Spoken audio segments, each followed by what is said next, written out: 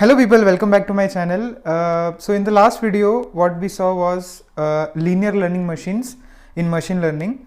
So today in this video I'll be giving a detailed idea of what the kernels are which are used in SVMs and what's a kernel function.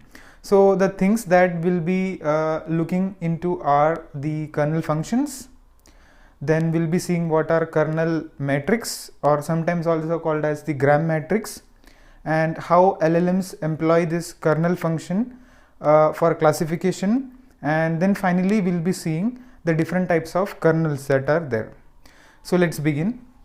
So in the LLMs I gave you a brief idea of what different types of inner product that we are interested in and some of the dual representation things, but we did not get into the deep dive of what a kernel function is and how it looks like and what are the internals of that.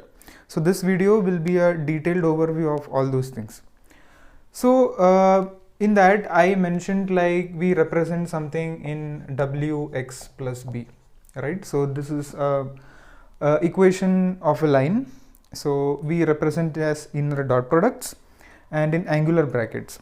Now here say for example we have two variables, that is x1 and x2. Okay, so we are interested in finding the inner dot product. So say this is the kernel function. So what your kernel function essentially does is it will transform your inner dot product into some new space, say phi of x1 and phi of x2. This is what it basically does. So say in your original feature space, in the real world where you have n number of samples, data points, which will be very highly imbalanced as well, you will have data points something dispersed like this. So where you may want to apply some feature engineering techniques or feature extraction techniques like this. Okay, so this is the data points in original space.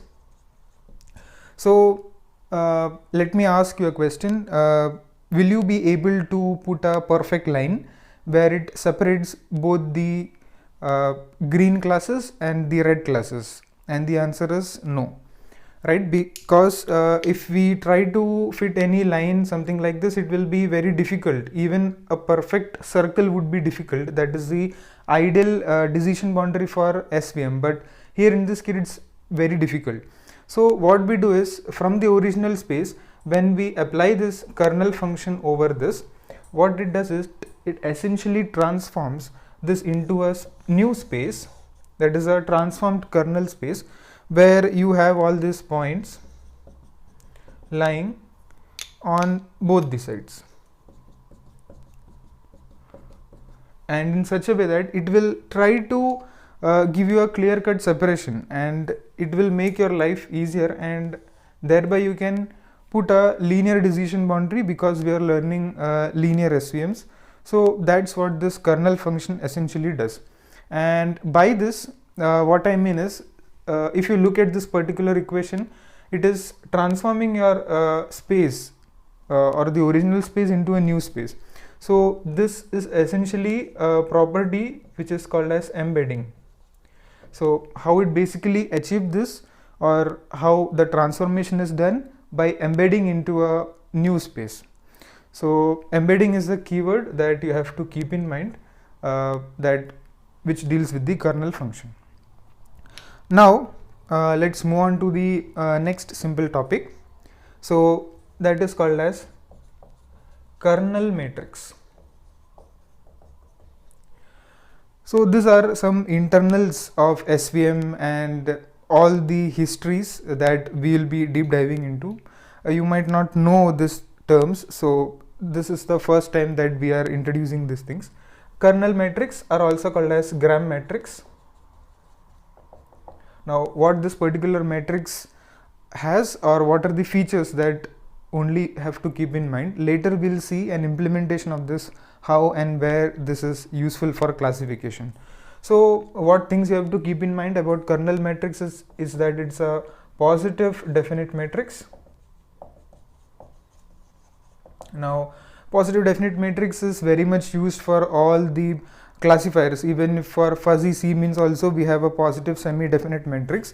So people who don't know what's a positive semi-definite or a definite matrix is that all the values in that particular matrix would be greater than or equal to 0. That means you don't have any negative values as such. Okay, and so this forms a very central structure in your calculation. It fuses the data as well as the kernel.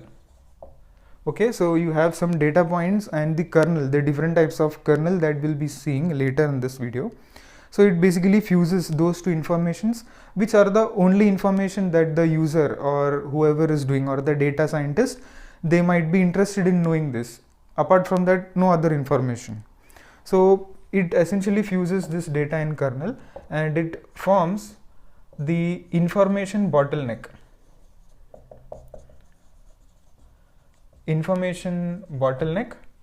That means it will have only these two variables which are required for calculating the dot product.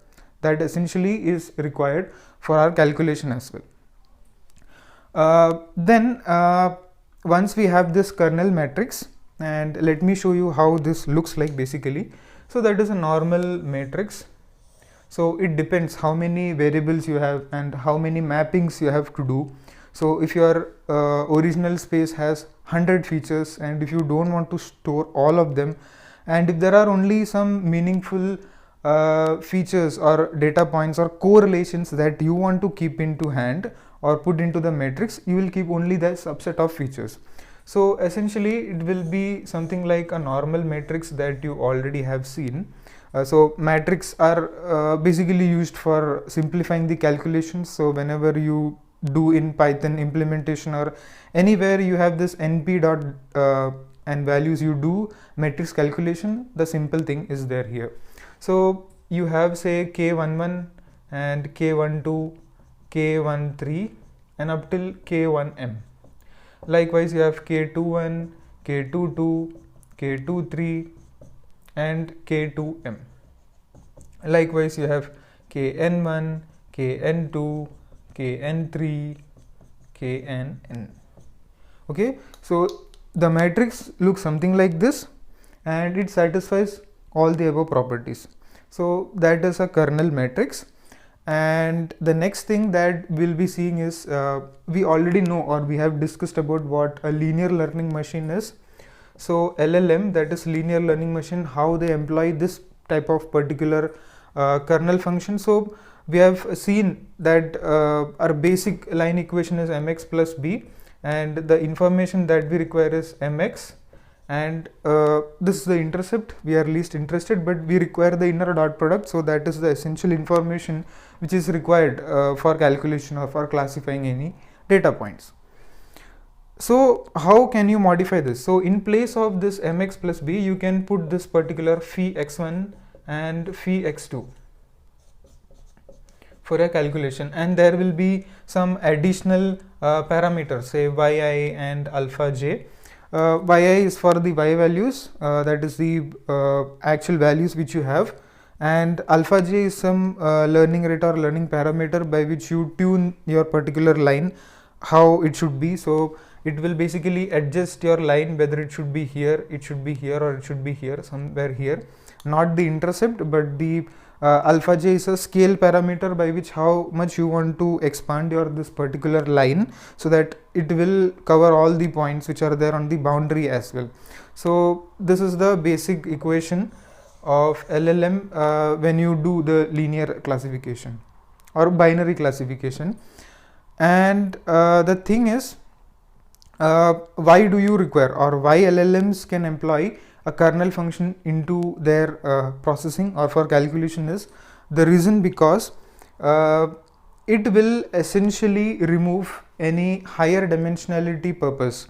So in the real world there will not be 2 dimension, there will not be 3 dimension, but instead there will be more than that. So maybe 4 dimension or 5 dimension or even 6 dimension, and dimensions which you can't even think of.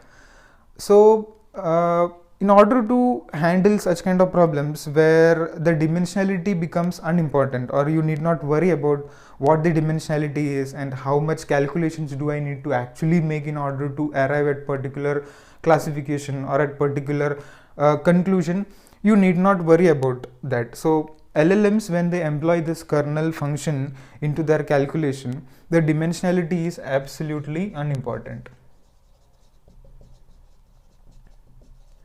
Dimensionality becomes unimportant. So in the transform space you will have phi, and some product it goes inside, regardless if it's x1, x2, x3, x4, xn, we don't care about that. So that's why we mainly use this particular kernel function into LLM, and thereby we employ it into SVM. Okay. Now coming into the different types of kernels that we have. So the basic type of kernel that everyone uses, or mostly they use in for classification, for machine learning purpose, or for data science class also, they start with the basic SVC. So if you look at the sklearn or the scikit-learn implementation, you'll have this SVC, that is the support vector classifier, and the type of kernel that they use is called as a linear kernel. So linear kernel, from the name itself, it's used for linear separation of the instances in the space. So they does the transformation if it's linear, but usually that's not the case. The data set, when it arrives, it will not be linear, but you have to make the transformation so that it becomes linear. So this essentially does for the linear classifiers, does the binary classification. And the thing is, the applications where you can find or where you can apply these linear kernels are at text mining. So simple text mining applications where you want to categorize into positive and negative sentiments. So that is one use case. Another use case is email filtering, that is spam or not spam kind of. So these are basic toy examples, but if you have a very large corpus of data where it becomes difficult to store in your memory and then to process it, or then to take the subset of that, to mitigate all those challenges, we basically go for the linear kernel, so that it becomes, even for those practical simple applications also, it becomes very easy to do this. And nowadays there are many such very higher powerful algorithms that we don't require this, but from the roots of those algorithms, it lies at the SVC, that is a linear kernel. So they make use of this kernel so that the thing, or what you currently have in Gmails or in Yahoo Mail or in some other mail, how they classify your spam emails, are basically with the help of this particular algorithm. Then something that we have is called as a polynomial kernel.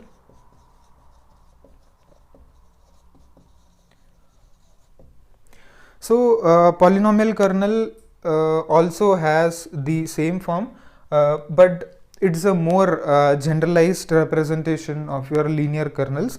So say your kernel function is x1 and x2, okay, so in angular brackets, and how this looks like is you have x1 and x2, and there is a parameter that is an exponent which is written as d. So d basically stands for the number of dimensions that you want to go. So which brings us to here, that is the dimensionality is unimportant. So it can scale up to any number of dimensions regardless of how big your data set is, or if you want to visualize it, it becomes practically not possible to have all the dimensions put into memory. So there you use the polynomial kernel. And a specific use case that I want to bring to your attention where you can use the polynomial kernel is basically in the healthcare industry, where they employ certain microsurgeries, okay, so where they have some robotic arm and they do certain operations, clinical operations, like using computer vision techniques and so on. So robotics, computer visions, healthcare, and in all these domains where the precision or the accuracy is very important, because it's a patient's life, right? So there at the behind it, the algorithms are for bioinformatics and those purposes. When they look for certain tumors, or when they want to extract certain parts or delete some of those and make some surgeries, they make use of this polynomial kernel, where at the algorithm they trying to detect those particular thing in their x-rays or somewhere. Okay, so that kind of minor details can be handled with the polynomial kernel. And the final application, and there are many types of different kernels, will be covering the most general used kernels, and there is one more that is called as the RBF. RBF stands for radial basis functions, and this is also one more type of kernel. So it takes the form, so it has the same thing, but it is in an exponent. So you have e raised to gamma, and you have x1 minus x2 square, something like this, and gamma is greater than 0. So that is also another positive parameter you try to use with the RBF. So each of them has particular use case. So RBF, where you can use is, say, in novelty detection. If I want to give you a very good example of novelty detection, say for example you have this neurodegenerative diseases. Neurodegenerative diseases are certain diseases where patient has some protein folding kind of structures in their brain. So with the existing machine learning techniques, it becomes very difficult, or with the deep learning techniques also, it becomes very difficult to identify these regions in the brain, especially when you are trying to make some surgery, or to even to identify new regions, because how the protein folding structure, because if you look at some biological textbooks also, the DNA strand looks something like this. So as and when how time progresses and this gets changed, the protein structure in the brain also changes accordingly, and whether it's a protein folding disease or it's a normal case, it becomes very difficult. So at very minor regions of the brain also, this becomes very difficult. So, and if you compare with the previous histories of the patients, they may have different structure altogether, and the new case will have altogether a new protein structure, in fact. So to identify these kind of things, which essentially I said as a case of novelty detection. So you're detecting something novel, means a new protein folding region is there somewhere in the brain, like Alzheimer's disease or something like that. So there you require a complex kernel, which is more sophisticated version. So there who dominates is called as a RBF. So there you can find applications of this. Usually if you do any big projects with deep learning, and if you want to use any classifiers, usually SVC, the linear SVC or polynomial kernel for this particular use case won't give that good accuracy. But it is said, like if you use RBF or any other versions of that, or any other derivatives of RBF also, you'll get a very good accuracy in detecting this kind of protein folding diseases in the brain. So well, I gave idea of what the kernel function is and what a kernel matrix is, and the different types of kernels that we can successfully deploy into our machine learning, or for creating any linear classifiers. And in the next video I'll be giving you a demonstration of a simple demonstration of how you can calculate this particular kernel matrix, and how you can basically do the classification and arrive at a conclusion of how you can classify a data point. So well, that was all regarding the kernel function and kernel matrix and the other details that we have seen. So hope you guys enjoyed this video. If you found you got educated watching this video, please do like, share, comment, and thank you very much for watching this video.